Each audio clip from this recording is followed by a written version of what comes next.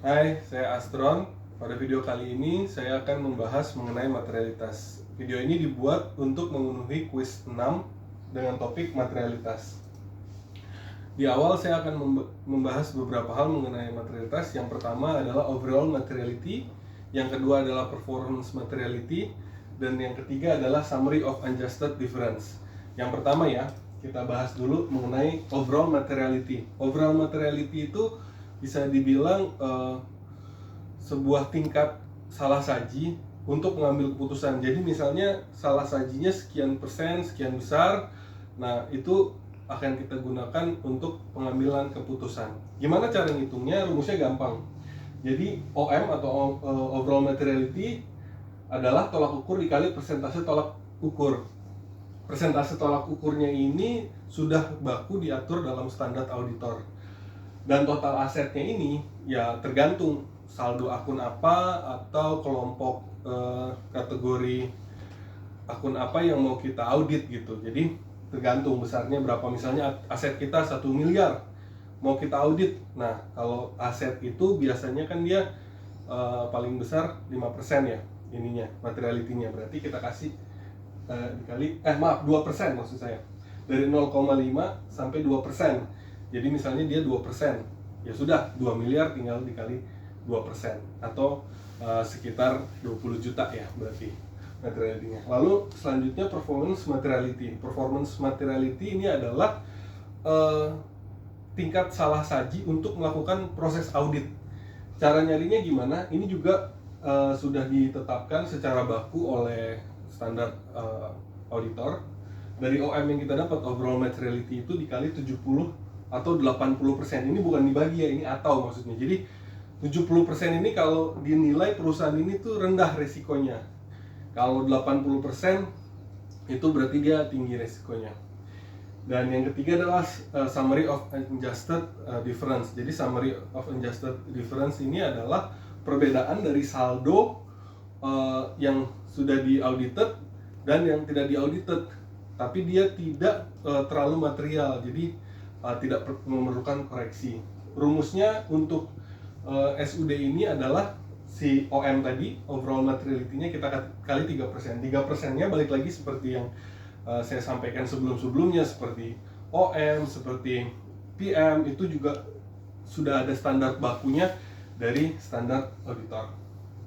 Selanjutnya saya juga ingin membahas mengenai opini auditnya. Opini audit gimana nih kalau berhubungan dengan materialitas tapi dia itu dengan pengecualian yang kalau hal itu terjadi berarti ada dua alasannya. Yang pertama, si auditor ini dia menemukan bukti yang cukup, lalu dia melihat bahwa oke, ini salah sajinya itu dia nggak terlalu persevatif gitu. Maksudnya persevatif di sini dia tidak terlalu dalam dan tidak terlalu menimbulkan efek kemana-mana, sehingga dia opininya dengan pengecualian. Atau auditor tidak menemukan bukti-bukti yang cukup, namun kalaupun terjadi nanti ada salah saji, auditor dapat menyampaikan bahwa salah saji tersebut tidak mendalam atau tidak kemana-mana dampaknya.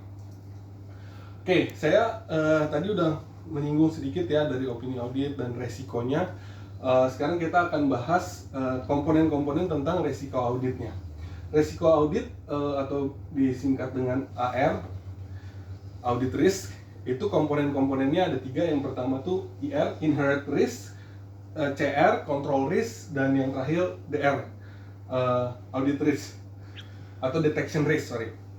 Jadi saya mau analogikan audit risk ini seperti sebuah saringan. Nah, kita bisa lihat di sini ada pipa, ini kita sebut IR-nya, inherent risk. Jadi inherent risk ini apa sih? Jadi dia adalah risiko yang terkandung dalam laporan keuangan klien kita gitu. Misalnya saya sebagai mahasiswa akuntan, satu kali nanti mungkin jadi auditor gitu ya. Nah, kita kan punya laporan keuangan yang bakal diaudit, laporan keuangan klien kita. Nah, ini biasanya dia masih mengandung si IR-nya ini, inherent risk-nya. Lalu disaring oleh internal control perusahaan tersebut. Internal control perusahaan tersebut menghasilkan yang namanya error that bypass control. Jadi masih ada mungkin error-error salah saji yang lolos gitu ya dari saringannya para kontrol audit, lalu disaring lagi oleh auditor yang kita sebut dengan detection risk. Jadi risk yang bypass dari semua kontrolnya auditor itu disebut undetected error gitu. Nah, jadi kira-kira itu adalah hubungannya antara setiap komponen dalam audit risk. Dan yang terakhir dari topik ini saya akan membahas mengenai apa sih hubungannya materialitas sama audit. Jadi semakin besar resikonya, jadi kita ngomongin resiko ini kan rendah atau tinggi ya. Kalau semakin tinggi resiko auditnya, berarti materialitasnya harus semakin kecil dan sampelnya atau bukti auditnya yang harus kita audit itu semakin besar. Nah, kalau misalnya yang namanya juga rawan ya, harus lebih ketat gitu. Namanya kan rawan nih, kita ngeliat ini, wah resikonya tinggi nih, jadi harus lebih ketat. Tapi kalau dia low risk, ya istilahnya aman-aman nih perusahaan, laporan keuangannya rapi, catatannya terkelompok dan seterusnya, maka materialitasnya dia bisa lebih tinggi dan sampelnya juga lebih sedikit, atau bukti-bukti yang kita kumpulkan bisa lebih sedikit. Nah, demikian dari pembahasan terakhir itu juga menutup dari video ini. Terima kasih atas perhatiannya. Semoga video ini dapat berguna bagi kita semua. Terima kasih.